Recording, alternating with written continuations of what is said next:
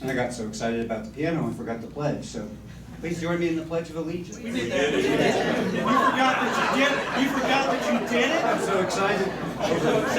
Piano.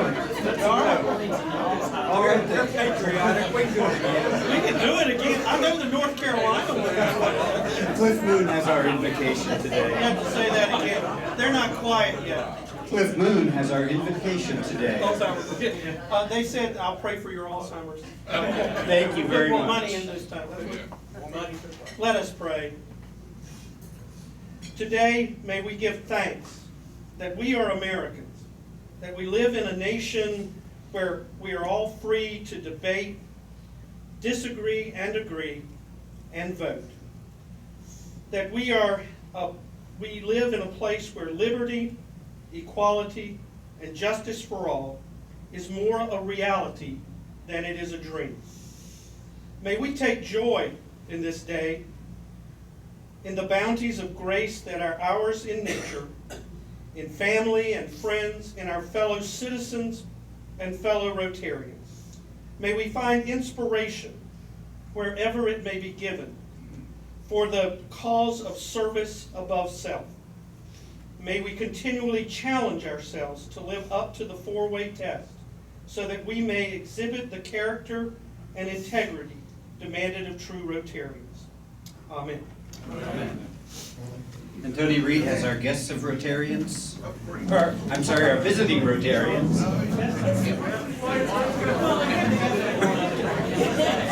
Floyd Lucas and...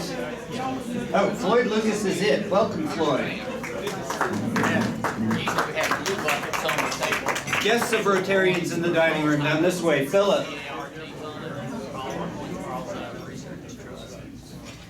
I have with me Lane Cook. Lane's the Chief Executive Officer of the Girl Scouts here for Western Carolina. Her husband Michael is a coach at St. Stephen's High School, coaches football. Please help me welcome her. Any guests in the center? All right. Guests in the last row. All right. That's all of our guests today. A few announcements. We are doing the club match for Paul Harris Fellows. If you're shy of the 1,000-point goal, the club will match using our points up to 200 points to get you to the 1,000 for a Paul Harris Fellow. And Sarah has with her the file today that would tell you where you're at if you would like to check. Sandy Fotheringham has an announcement for us. Or a thank you, an announcement. Thank you. I don't know how many of you are aware, but when Dr. Adale came, our superintendent, one of his visions was to have a bookmobile. And fortunately, next Thursday, we will be launching the book bus, Hickory Public Schools book bus. And as contributors or sponsors, our club is posted on the back of the bus, and we hope all of you will come out next Thursday afternoon at 3:30 to the Patrick Beaver Library. We will have the bus revealed and the ribbon cutting, and John will be there. And Mike Johnson, also one of our sponsors, will be there to help with the ribbon cutting, and we'd like all of you there to see it. Thank you. Thank you, Sandy. Also want to remind everyone that our club holiday social is December 1st, crossing at Holler Mill. It's $15 a person. When I get back to the podium, I'll be able to tell you what time it is. Do we have announcements from the floor? John and Bethany and Cliff. Thank you, John. I was not here last week. I was and went down to Americas for a program at the university and was able to make up at my old club, and it was the district governor visit. I got 2 official district governor visits this year. But anyway, he is the host governor for Rotary International next June, and he gave me a pin to bring to John, our president. Gave me one because I've already registered, and I've got a couple of extras that he gave me to give people from this club who register for. If you do the advanced registration, I've got a pin for you. Thank you, John. Bethany has an announcement. At your table are a few papers, just a reminder. Tara Bland was supposed to announce this with me, but she said she wasn't able to make it today. But the Boys and Girls Club that Salvation Army hosts is looking for mentors and volunteer tutors. The information is on there to contact the director, Lori Miller. It really doesn't take that much time, just a little bit once a week maybe. And also I have, if you're interested in sponsoring an angel, a child at Christmas with gifts or clothing, there's some angel tags up at the table over there if you're interested. Thank you. Thank you, Bethany. Great service opportunity for members of our club. Thank you, President John.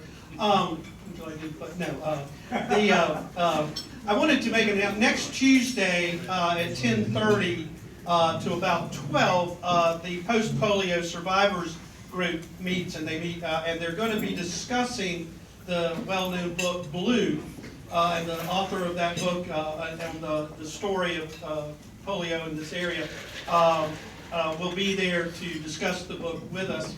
And of course, all of you are invited if you can make it. It's something you can put on your schedule at time. And I would just also like to mention that the mayor is going to be there to present the plaque that was presented at City Council to the post-polio survivors group, and we hope to be able to keep it there in the museum for that as it goes forward. And so they're an active group, and there's a lot of things that are actually they're thinking of that would even to a possible mural downtown on the Miracle of Hickory idea. So there's a lot of things happening with that group that we're sponsoring. So if you have any interest in being a part of that or can come to any of the events, I know they'd appreciate it very much.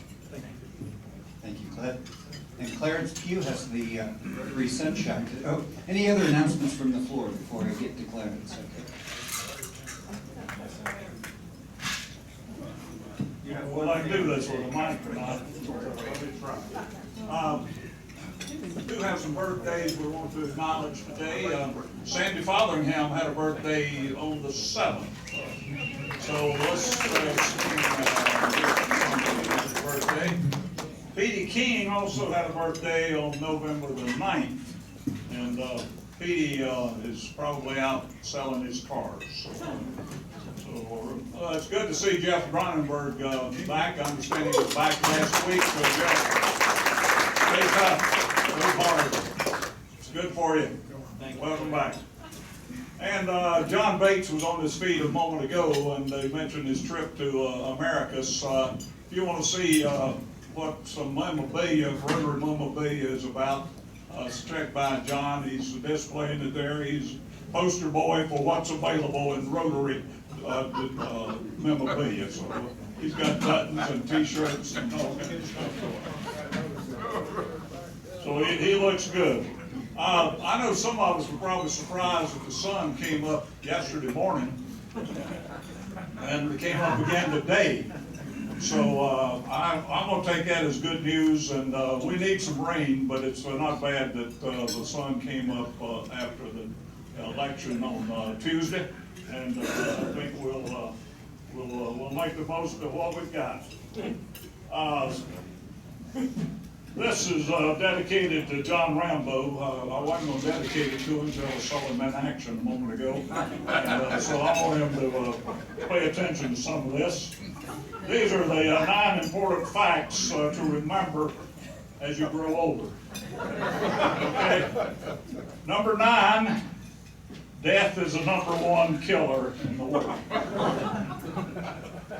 Number 8, life is sexually transmitted.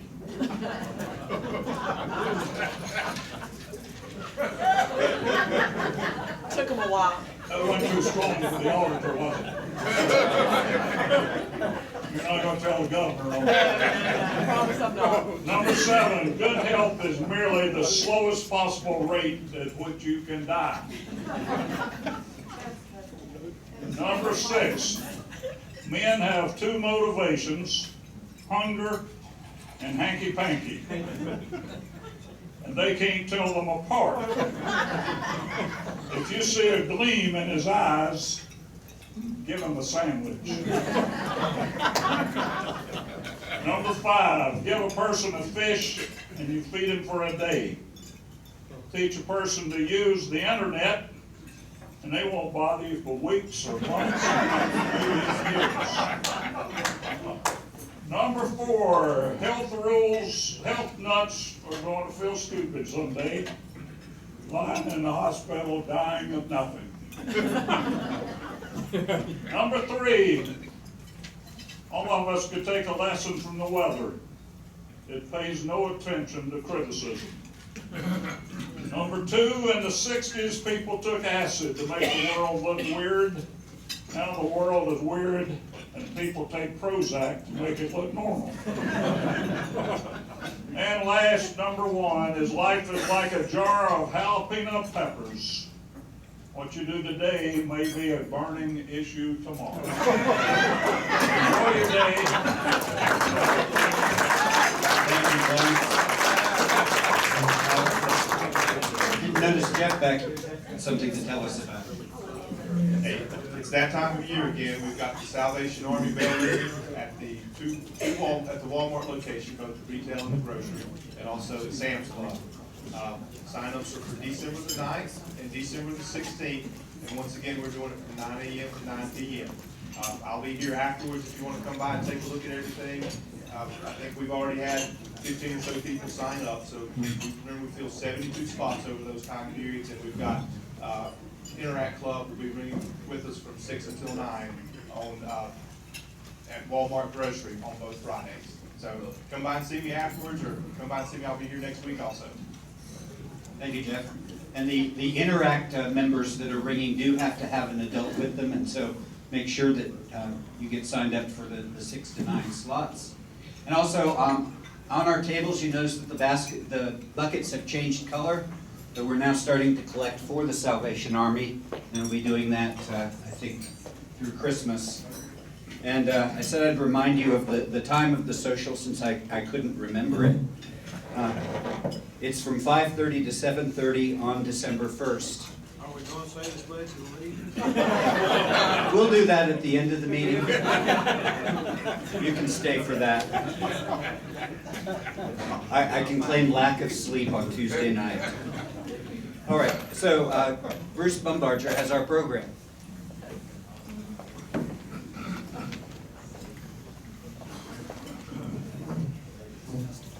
I'm pleased to introduce today's speaker, North Carolina State Auditor Beth Wood. Beth's bio is in the spoke, and I'm going to let Beth tell you what her office does.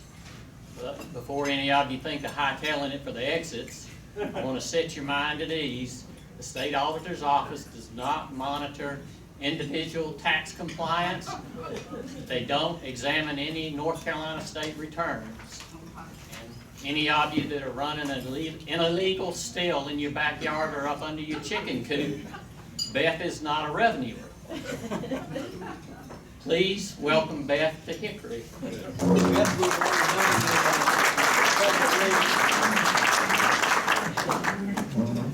Thank you. I was reminded as I came to the podium that we've already done the Pledge of Allegiance, so y'all won't be getting that from me. And thank you so much for helping me with the introduction, but I wish you'd have told everybody before I got here that I don't audit your tax returns. I'm not a revenuer. I'm not looking for your stills. In fact, there's probably one still on my grandfather's farm back in Route 1 Cove City. But again, thank you so much, Rotarians, for letting me be here today. Number one, to be a part of your organization for this hour, but also I want to say thank you for the job that you do. There are so many people less fortunate, less blessed than you and I are, and it takes a lot of your time and your effort to help those in your community, and so I recognize that, and again, I appreciate all that you do, all that your club does. And again, thank you for letting me be here today to talk about the State Auditor's Office. What I'd like to do today is talk about who we are and what we do, who we really do it to, and then getting rid of some misconceptions about the State Auditor's Office. So, it takes about $43 billion, $43 billion with a B, to run our state government every year. And that money comes in from lots of different places, but they're actually coming in two buckets. There's a state bucket, and this is money that you and I pay directly into Raleigh that we use to run our state operations. And then there's a federal bucket, and that's money we pay, it goes up to Washington, D.C., and it comes back down to North Carolina. So in that state bucket is about $22 billion of the $43 billion bucket. And that money comes in several different revenue streams, but the biggest ones are these. $11 billion comes in every year in state income taxes that you and I pay. So half of the state bucket is state income taxes that you and I pay. And then another $6 billion comes in through sales taxes that we pay every time we make a purchase. And if you own your own business, another $1 billion. So of the $22 billion bucket, you've got 3 line items that makes up $18 billion. And then there's a $21 billion bucket that comes from the federal government. Again, that's merely federal income taxes that we pay into Washington, D.C., comes back to North Carolina. And so that's what makes up the budget, or the monies that we spend in North Carolina every year. The Office of the State Auditor's job, our job, is to audit those tax dollars that you all pay to make sure those monies have been accounted for properly, that the transactions have been recorded properly, but I think more important to citizens like you and me, that nobody wasted any of those tax dollars that we use to run our state. I wish I had good news for you. I don't. We'll talk about that a little bit in a minute. So who do we do this to? We audit state government, Department of Transportation, Department of Health and Human Services, Department of Public Instruction. We audit the 17 universities and UNC Hospital. We audit the 58 community colleges. We audit half one year, half the next, so they're on an every other year rotation. And then we audit the 100 clerks of court. They're on a 4-year rotation. We audit 25 a year. So that's sort of who we do it to. Now, another misconception about the State Auditor's Office, not only do we not audit tax returns, but another misconception is that an audit is an audit is an audit. So in other words, if I go out and perform an audit, I'm going to catch every dollar that's out of place. I'm going to catch every dollar that was wasted. I'm going to catch everybody that cheated on their timesheet. That's not the case. State Auditor's Office performs several different types of audits, and with those audits, those different audits come different objectives. So we spend a lot of our time on what we call a financial statement audit, and that is merely somebody handing us a set of financials, which is a balance sheet, an income statement, a cash flow statement, and a bunch of notes that say a lot about those numbers in those 3 documents. And then the State Auditor's Office, somebody hands that to us, we audit the numbers, and then we issue an opinion that says, or not, most of the time it does, whether or not these numbers, these financial statements, are fairly stated. What word did I not use? Correct. Accurate. Never said they were accurate. I'm rendering an opinion on whether or not they're fairly stated. Let me define fairly stated for you. The state of North Carolina's financial statements that I just described to you are accurate, plus or minus $900 million. The financial statements for the state of North Carolina, they're accurate. Give or take $900 million. How useful is that information to you? As a citizen of North Carolina, not very directly, but there are some users of those financial statements and that opinion. And the financial statements normally of any organization is prepared with a user in mind. And certainly the state of North Carolina's are prepared with a user in mind. Actually, a couple of them. The first one are our bond rating agencies. The state of North Carolina is only one state out of 9 in the nation with a AAA bond rating, which means the top 3 bond rating agencies have given us a AAA bond rating, which means we have the best credit rating in the nation so that we pay the lowest interest rates. And that's extremely important since in March, we just passed a bond referendum for $2 billion that the state will borrow over the next several years. So now when we borrow that money, when we sell bonds, we're going to be paying the lowest interest rates in the nation. That is critical to us, because who's paying that interest? We are, through our tax dollars. So that's critical. So we're going to hang on to that AAA bond rating because we almost lost it in 2010. And that is going to be critical if we lose that, because then for everything we borrow, we'll be paying a higher interest rate. And then remember I said there's $21 billion that comes into the state of North Carolina through federal grant monies, food stamps, Medicaid, money for clean water and air, money for our roads, for our bridges, monies for our public schools. The federal government wants to see our audited financial statements. They want to know that they're fairly stated. So there are two critical users of those financial statements. But guess who cannot use those financial statements that the state auditor's office audits? Your legislators. Your legislators cannot use those audited financial statements. Picture this. They're allocating $22 billion of our state tax dollars, and there's $21 billion in federal money, and they cannot use the audited financial statements that the state auditor's office has been issuing for decades.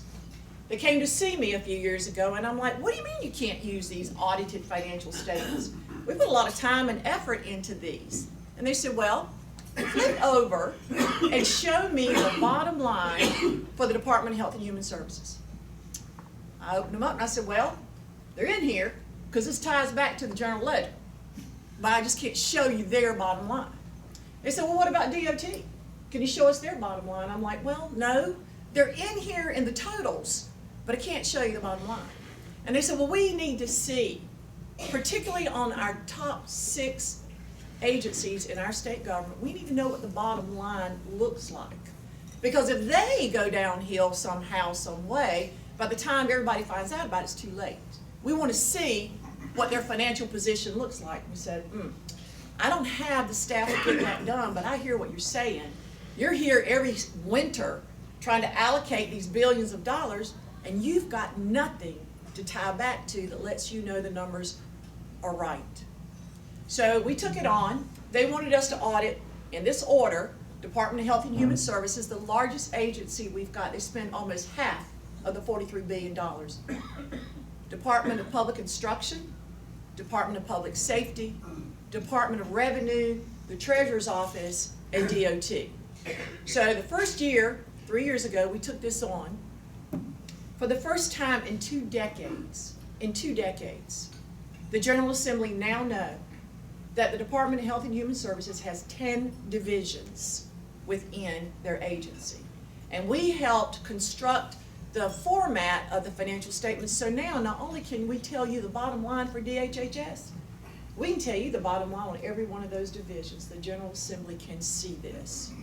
And for the first time in 2 decades, the General Assembly now knows that the Department of Health and Human Services financial position is $267 million in the hole. $267 million negative.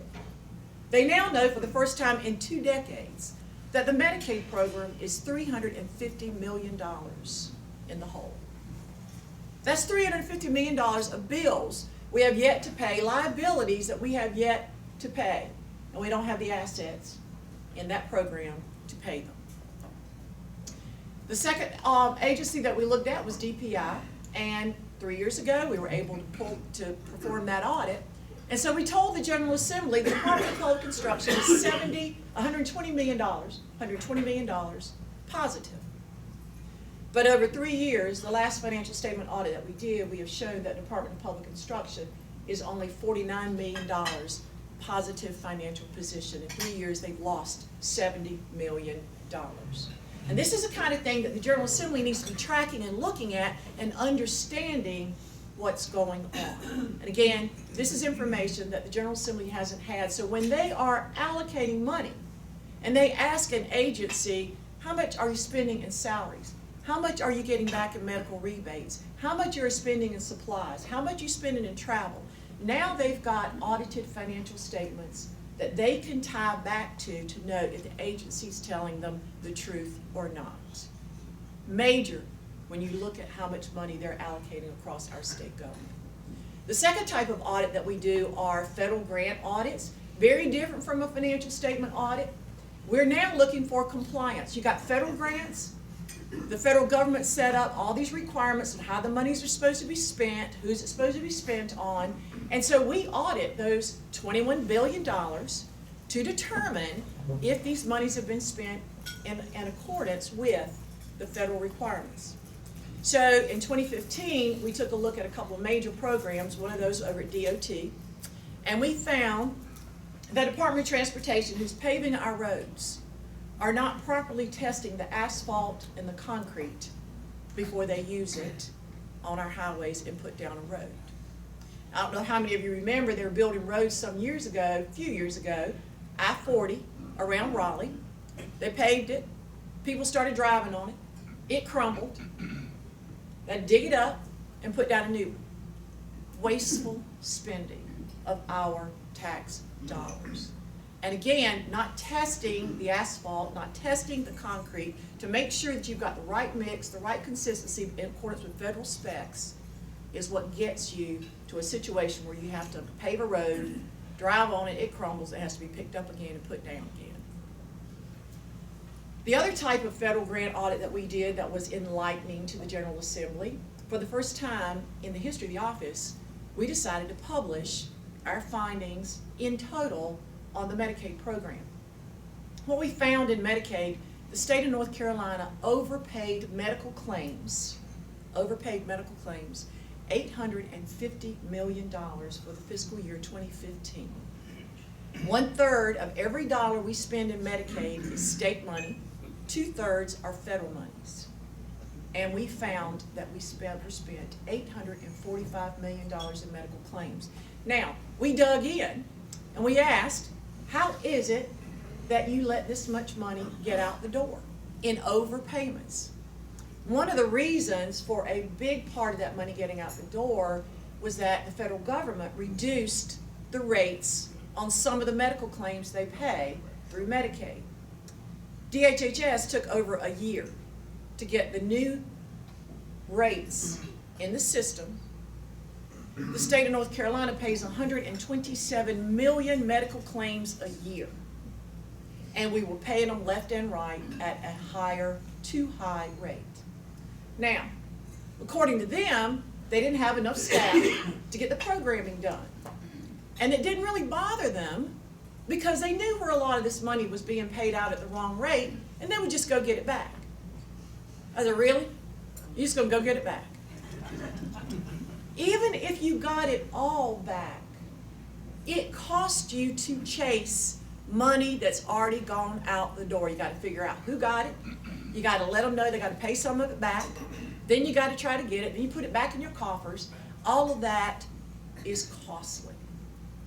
But didn't bother them. You knew they paid it out. They were just going to get it back.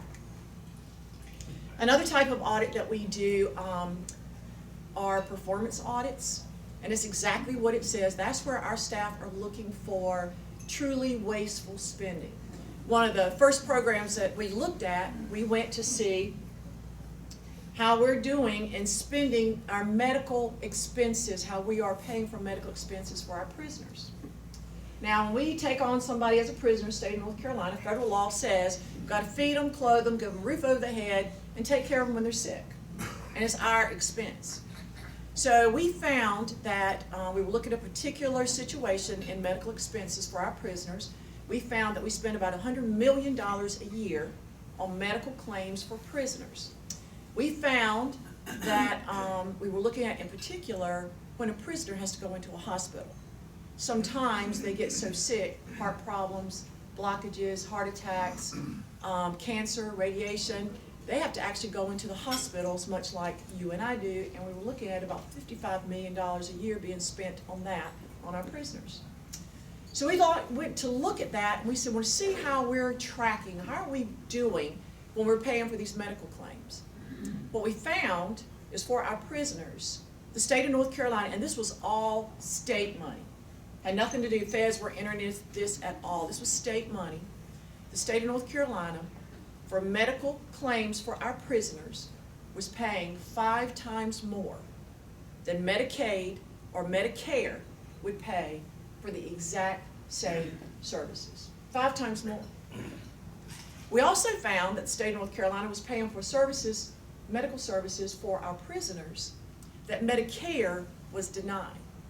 Now, at the time we did this audit, my mother was alive, she was on Medicare, and so a prisoner was getting better health care than she was. We found in this audit that the state of North Carolina has known since 1997, that for every prisoner that goes to the hospital, spends one night or more, if they're Medicaid eligible, and a lot of them are, then Medicaid would pay for the overnight treatments in a hospital. Now, you say, well, Medicaid, that's my federal dollars. Well, it is, but remember what I said. If we pay for it with Medicaid dollars, we're going to pay how much? 1/5 of the charge. 1/5 of the charge. But we've known this since 1997. The state of North Carolina never processed our prisoners through Medicaid because it was too much paperwork. Too much paperwork. We also found in this audit that the state of North Carolina was paying for these prisoners 95% of the bills that the hospitals were charging us. My health insurance does not pay 95% of my hospital bills. They don't. So we take this audit down to the General Assembly and we make them aware of all these issues, and here's what happened. They passed a law and it did a couple of things. First, they said we're never going to ever pay 95% of another hospital bill for a prisoner. We're going to pay 70% or whatever Medicare or Medicaid would pay, whichever is higher. And then they said, every prisoner that has to go into the hospital, we will look at them to see if they're Medicaid eligible, and if they are, DHHS, you will process them through the Medicaid system. So we looked at what this would be a savings for Department of Corrections if they put into play our recommendations and what the General Assembly put into law. We found in our projections that the Department of Corrections could save $12 million a year. That's pretty hefty. And we could have been doing this since about 1997, but going forward is a good thing. So we go back in there about 18 months later to check out DOC. I mean, this is in law now, right? And we went to see, this is another thing the State Auditor's Office has started doing under this administration, is a follow-up audit. Got the audit, General Assembly put these laws in place, so now we're going back and check up on them. See if DOC is doing what they're supposed to. You think they were? They did. They absolutely did. And what we found in this follow-up audit is that after 9 months of putting into play what the General Assembly told them to, after 9 months, they had saved $10 million. They were right on track to save the projections that we thought they could, $12 million a year. This is how it's supposed to work. I find it, they fix it. It's another misconception. State Auditor's Office finds it, she'll fix it. I had legislators. I'd be making a presentation to the General Assembly, and I'd be talking about all, and they'd say, well, Madam Auditor, what are you going to do about this? Nothing. I found it. It's up to you. You got to fix it. But it is another misconception. State Auditor's Office has a lot of power. We have a lot of authority.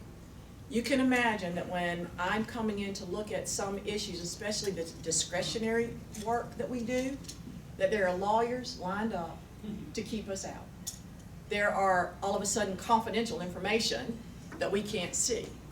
State Auditor's Office has ready access, so I can go in and talk to anybody at any time, look at any records. Nothing is off base to me. And if people try to keep me out, I have subpoena power. I sign subpoenas every week, and so we show up and we deliver the subpoena if people try to keep us out.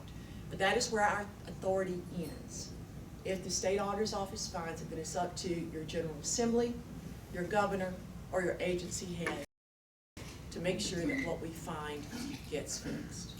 And last but not least, the State Auditor's Office, part of what we do, and this I think is just a sort of a backstop for anyone who suspects that state or federal monies that pass through the state of North Carolina are being abused or misappropriated. We have an investigative division. And something, again, the State Auditor's Office is doing that we haven't done in the past, and that is there are a lot of small towns across North Carolina who believe that their elected officials are not being good stewards. We're getting complaints about voter mowing. Mayors will mow your grass where you vote. Mayors will not make you pay your utility bill if you vote for it. Misuse of town credit cards, P cards, which are a purchasing card for the town. We have had a lot of complaints from these small towns. Now, the state auditor's office has not usually been involved in this, but we've come to find out that if the state auditor's office doesn't step in, and we have jurisdiction because they get federal and state money, but if the state auditor's office doesn't step in and take a look at these things, they have nobody to turn to. And so we have about 70 investigative cases in the queue right now, either being worked on or waiting to be worked on, and a third of those are small towns across our state where citizens believe that their elected officials are not doing the right things by them. So very quickly, that's the state auditor's office, that's who we are, that's what we do, and that's who we do it to. And I'll just say this. I was in the state auditor's office for 10 years before I became the state auditor, and I heard as I was moving up the ranks, so many of our staff would say, the citizens in North Carolina don't care about what they do. They don't understand what they do. They don't worry, they don't know. So why should I jump in there and bust my butt? So that's been part of what I've been trying to do over the last 8 years, is move around and tell the citizens of North Carolina what these auditors are doing for each and every one of you. You fund the operations of the state of North Carolina, and ours is the only office that oversee how those dollars are spent. So I go back after one of these luncheons, and I tell them about the hard looks on your faces, about what I'm telling you that we have found, and I'm letting them know that according to you, you're the only thing between them and how your tax dollars are being spent. So by letting me come and talk to you, it gives me the opportunity to go back and tell my staff just how important they really are to you, and that you do know and appreciate what they do. So thank you for letting me be a part of your program today. Thanks.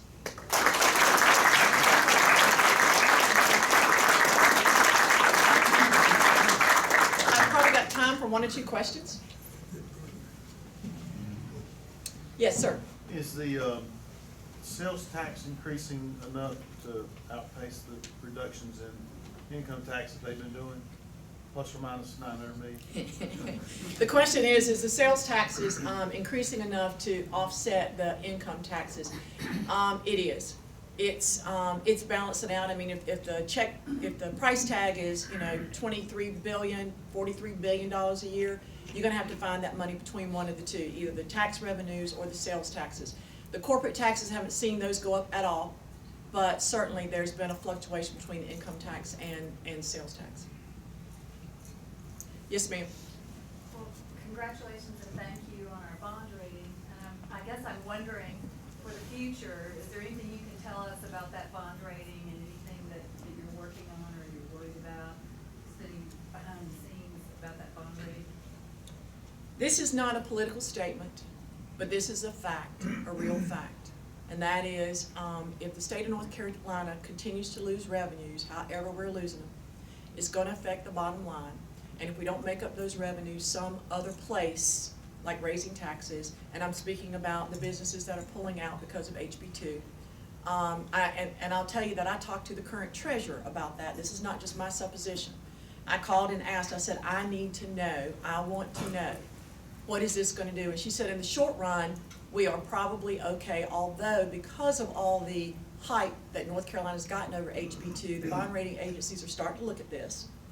And secondly, she said, if it brings about a reduction in taxes, sales tax, income taxes, whatever, then it could eventually affect. Now, the other piece that has to go with that is I was at a national conference a couple of months ago, and we had 3 federal government speakers there that conference. 2 of them talked about not if, but when another economic downturn is going to happen. The last economic downturn, we were $5 billion short in our budget because, as you heard, we fund the operations for the state of North Carolina through sales tax and income taxes. When people aren't working, they're not paying income taxes, and when people aren't working, they're not buying things, so the sales taxes are going down. $5 billion shortfall. Now, if the American Recovery Act money had not come in 2010, we were going to have to shut down our university system for May and June of that fiscal year. So again, I'm just telling you what I know from the state auditor's perspective. If we get, when the next economic downturn comes, because history has shown us that we experience one every 10 years, no more than every 10 years. We're in the 7th or 8th year of this last one. The problem with the next one coming up is that we didn't recover as rapidly from the one in 2008 as we have in those past. So the next one will feel worse because we haven't completely recovered from the last one for whatever reasons. And these are all just facts. There are no political statements. This is just math. It's just math. With respect to the federal funds, is North Carolina a donor state or a receiving state? You know, I don't know. I don't know how many federal income taxes go in to Washington, D.C. I know we get 21 billion out, and I've tried to figure out how I can find out how much federal income taxes we pay into Washington, D.C. I cannot tell you, and that was one of the things that Art Pope was going to look at when he was our interim budget, when he was our budget director for the state of North Carolina, to see just how dependent we are. And but I never heard out of him a figure. I don't know if he just couldn't get that information or what, but I don't know if we are a donor or a receiving of the federal money. These are great questions. Well, this one might not be so great. Okay. Are you still in office? I am ahead by 3,087 votes. There are provisional ballots and absentee ballots to be counted. History has shown that they do not make a difference. Because provisional usually goes D, absentee goes R, and they usually cancel each other out. So, based on history, I should be just fine when those come in. But you're still in office. Oh, and I am today. I'm still in office, and today I am the winner. Yes, sir.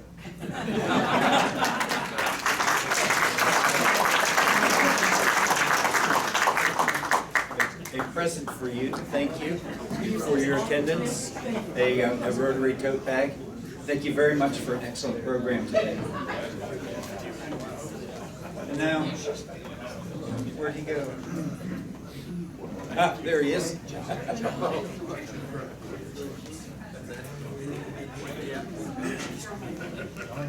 What do we have, Tyler? Okay. Our jackpot today is $647. We collected $66 for a total of $647 now in the pot. There are 42 cards and 2 jokers. You better let Beth haul it out around. Yeah, Oh, yes. that was the plan. Did you complete an audit before our drawing?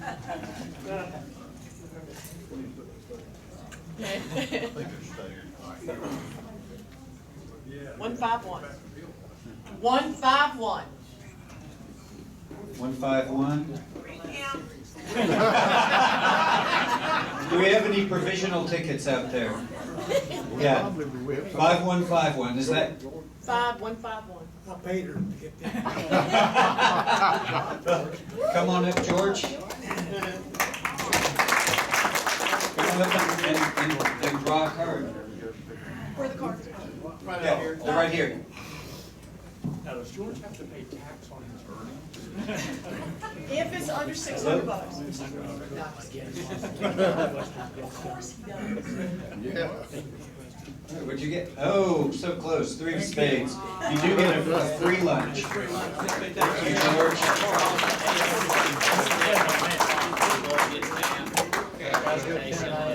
I'd like to thank Floyd for visiting us today, and Lane for joining us too. And please drop your coins and other negotiable items. Yes. We have to do the pledge. The pledge. We'll do it next week. Speaking of upcoming things, now 2 weeks from now we don't have a meeting, so don't come here because it's Thanksgiving, and then 3 weeks from now we'll have our social, so we won't be here. We'll be over at the crossing, and we won't say a pledge. So then, please stand and join me in the four-way test. You've already done it. I just prayed it, that was all. I don't know if that passes the four-way test, Michael. Of the things we think, say, and do, is it true? Is it fair to all concerned? Will it build goodwill and friendships? Will it be beneficial to all concerned?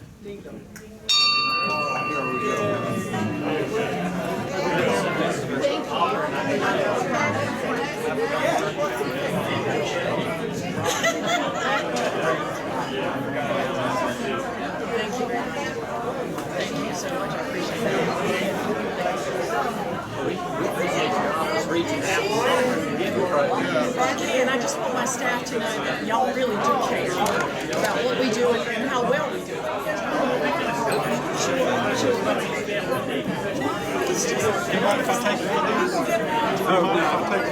Yes, please go ahead. You can take a few, obviously. Okay, all right. Help yourself. To get that around to the citizen, you need to know your ties. It is your government, it is your legislators, and your process. So if they don't fix it, they need to check. If you're ready.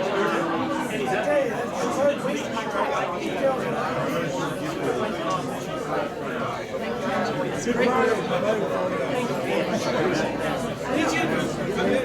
Thank you, sir.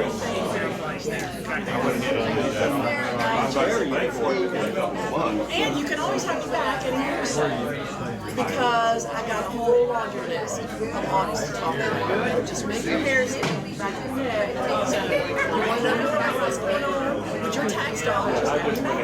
Although it's up with King Hill and San Hill. Renee. Thank you for coming. What do you do, drive? Last time I was that'll be some memories. Oh yeah, there'll be buses running, and I hope we'll be getting you will be getting MARTA passes. Wow. I have a retiring. Well, they've done that in public places that I've been. They just ran the system for None of it is considered reasonable by that size. Organizations get smaller, plus or minus gets less. But if you're audited outside state, The marginal cost doesn't go up.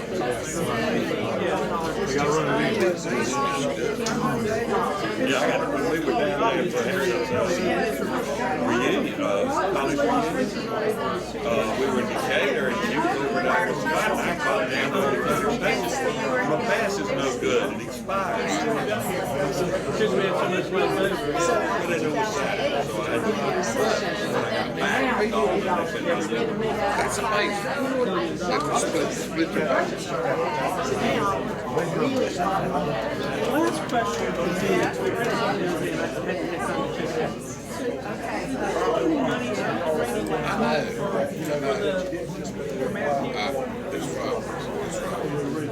it wouldn't fall under you necessarily. it wouldn't,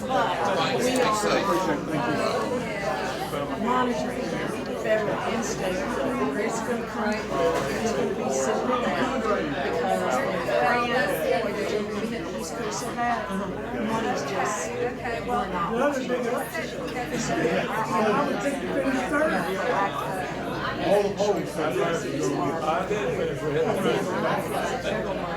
And you state that we want to be spending what we should. But it became a small political issue between Hickory and I just wanted to know what's truthful. I didn't know what the information was. I mean, it wasn't clear to me what money was being spent on the rainy day fund. No, but supposedly, Put it there for what? with natural disasters or things that the state didn't, That much. So if you do that, I mean, I would talk more about it. No. I just want to make sure that they're giving it to us, spending it, chainsaw right around, or they're gonna stuff. It takes a lot. I want to make sure that's not. Good to see When I haven't worked in North Carolina. I was in Georgia, and when I worked in the state highway department in Georgia, the favorite day was when the state office report came out. We would run over and get a copy, and we would spend the rest of the day looking at how much everybody we knew made and how much the computer reported. Oh, wow. Three guys, well, Yeah, I mean, my salary has, from 1961 through 1999, was published in the state auditor report or in the Atlanta Journal-Constitution. Well, now, we don't report, we don't put them in the report anymore for the Charlotte Observer. You can go to their website, because News Observer, it is public information. So people ask me what I make, I just tell them. Well, you just are Thank you very much. Thank you, I enjoyed it, great, yeah. Good job. John, good luck to you, man. Thanks for bringing her in.